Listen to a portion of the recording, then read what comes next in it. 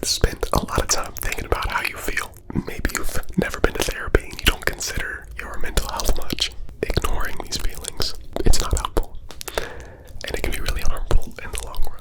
That's where our sponsor, BetterHelp, comes in. BetterHelp offers an effective approach to therapy where they've helped over 4 million people live happier, healthier lives. And it doesn't just have to be for people with clinical mental health issues. It can just be for people who want to understand themselves better, and for people who might just want to develop a few more strategies for a more fulfilling life. With BetterHelp, all you have to do is go to their website, answer a few questions, and they match you up with a licensed therapist who specializes in exactly what you're dealing with. And in most cases, they have that done in 48 hours. And you can connect to that therapist any which way you wish, whether that be messaging through your phone, through video chat. Therapy can help you understand your emotions and develop coping skills. It's about talking to a professional with years of experience instead of bottling up all those emotions and not feeling like you are a burden to your family and your friends. If you never considered therapy, now is a great time to start. You can take control of your life and emotions with BetterHelp. And as a viewer of the channel, you can get 10% off of your first month by going to BetterHelp.com/whispers or by clicking that link in the description. Don't wait to take this step toward understanding yourself. BetterHelp is an easy and accessible way to start this journey. Thank you, BetterHelp, for sponsoring this video. Now let's get to it. Shoo, shoo.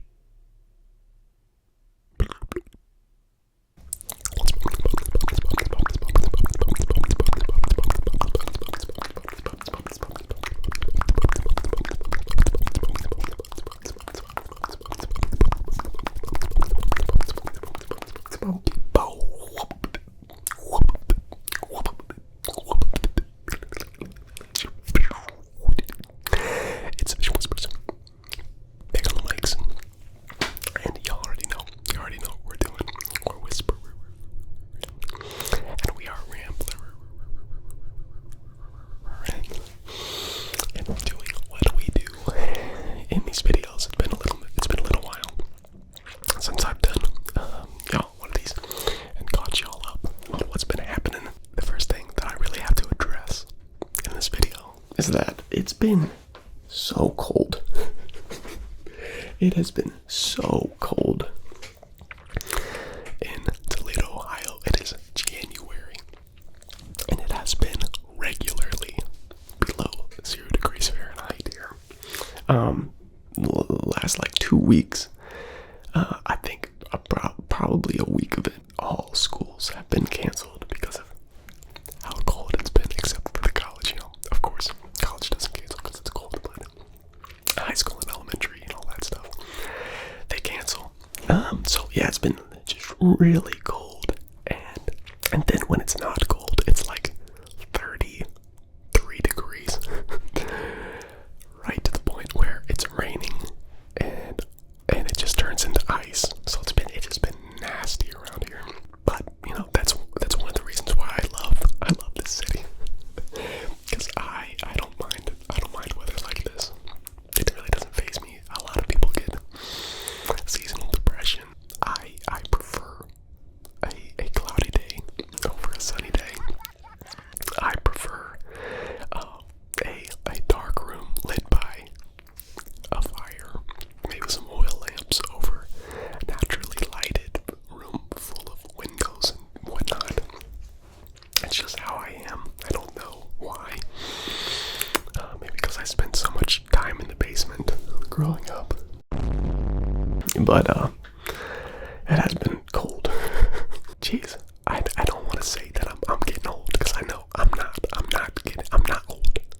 I'm 26. I'm not old. But I am getting to that point where I need to stretch before doing physical activity, or I actually need to do some warm-ups and get my body, acclimated to doing physical things, because I am getting injured a lot, and I've injured myself pretty bad 3 times in the last month, and I've been really frustrated. And that's actually part of the reason why my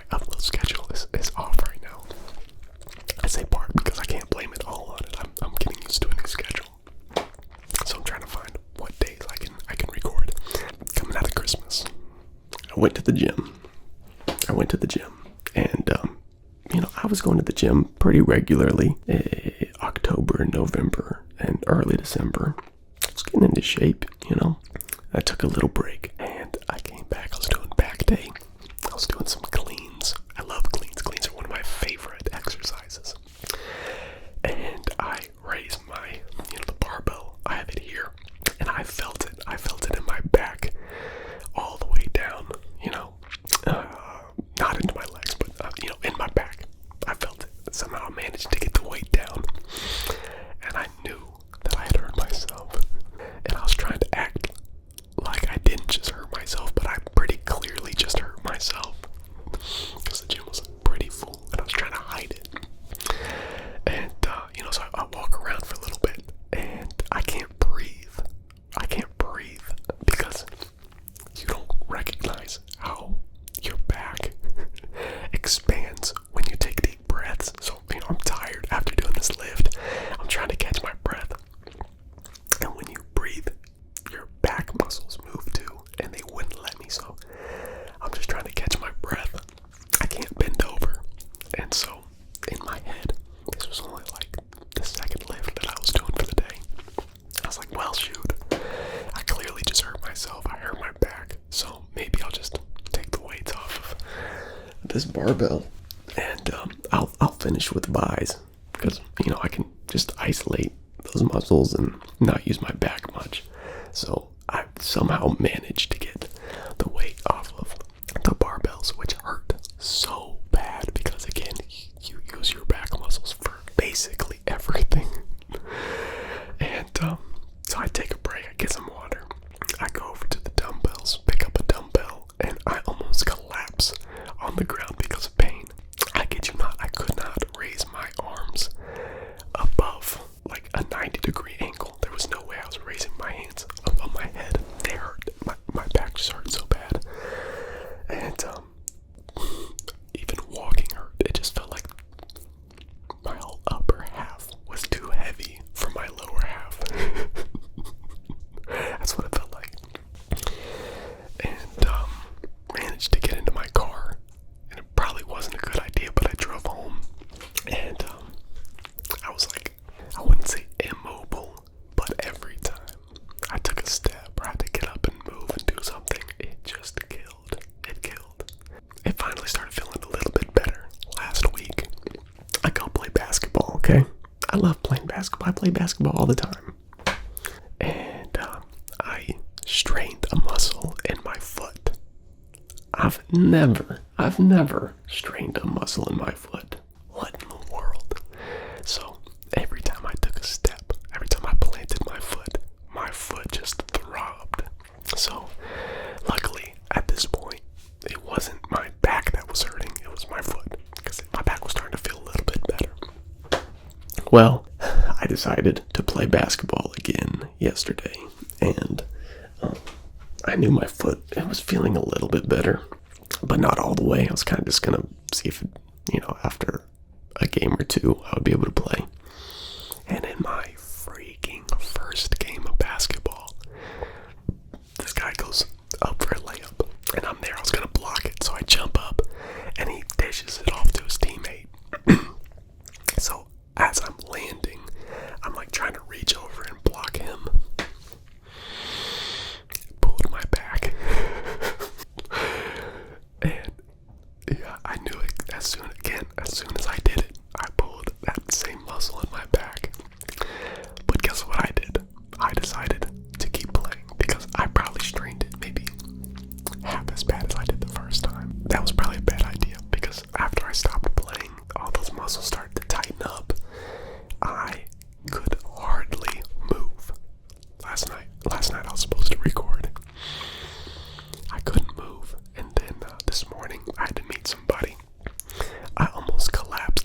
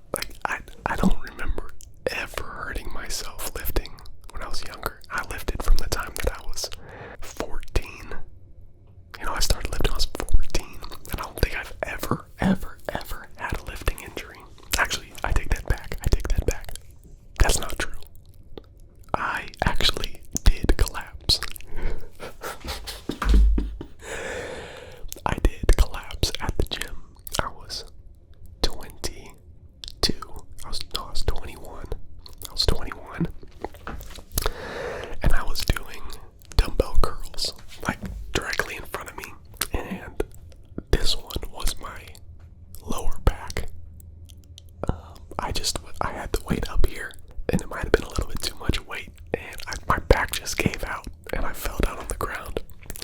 And I laid there for a second just to make sure I was okay. I stood up, and I didn't know what had just happened. And I think I stopped for the day, but it wasn't something that I was like super sore from after. I don't really know what happened, but yeah, I collapsed on the ground, called it the day.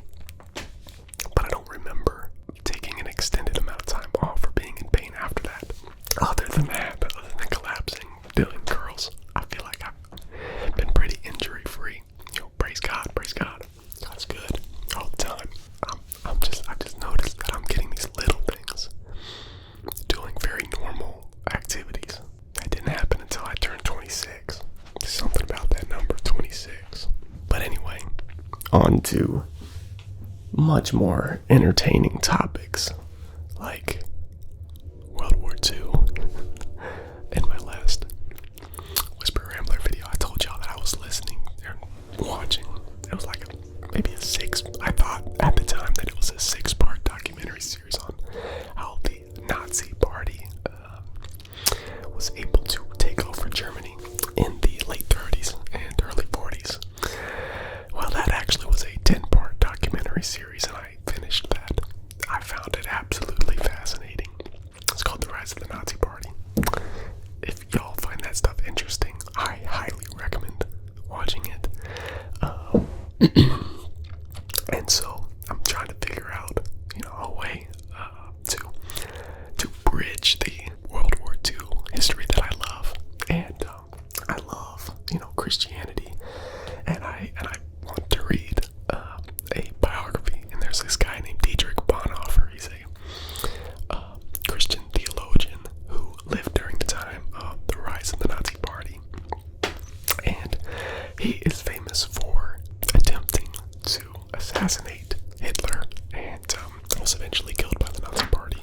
And I'm reading just now, I'm like 18 pages in of his biography by Eric Metaxas, just called Bonhoeffer. So I might be talking more about Bonhoeffer in the future, just probably in these ramble videos. But I thought that was kind of a neat way to bridge my love of those two topics. And I've never actually read one of Dietrich Bonhoeffer's books, but I do know that one of his books is extremely famous. It's called The Cost of Discipleship. I think that's what it's called. Yeah, I think it's called The Cost of Discipleship, something like that. But yeah, other than that, I jumped into Revolutionary War history, and I started watching. It's probably by the same company, by the same production company that made the other documentary series, but it was probably like 6 episodes into that, and I stopped listening to that. But I think the American Revolution story is fascinating as well. So after I finished watching that World War II documentary series, I began watching another documentary series that was probably produced by the same people, but it was about the American Revolution. I think I got about 6 episodes in, but they're going really deep into like each and every battle, and I don't really find all that stuff all that interesting. So I probably won't finish it, but I really enjoyed the first 4 episodes leading up to the American Revolution. So that's that. I've really indulged in history, probably to an unhealthy extreme, honestly. Another thing that I have most definitely indulged in to an unhealthy extreme is Sid Meier's Civilization 6. And so my fellow Civ players know how big of a time consumer Civ can be. You look at the clock, and your whole day has gone by without you noticing. They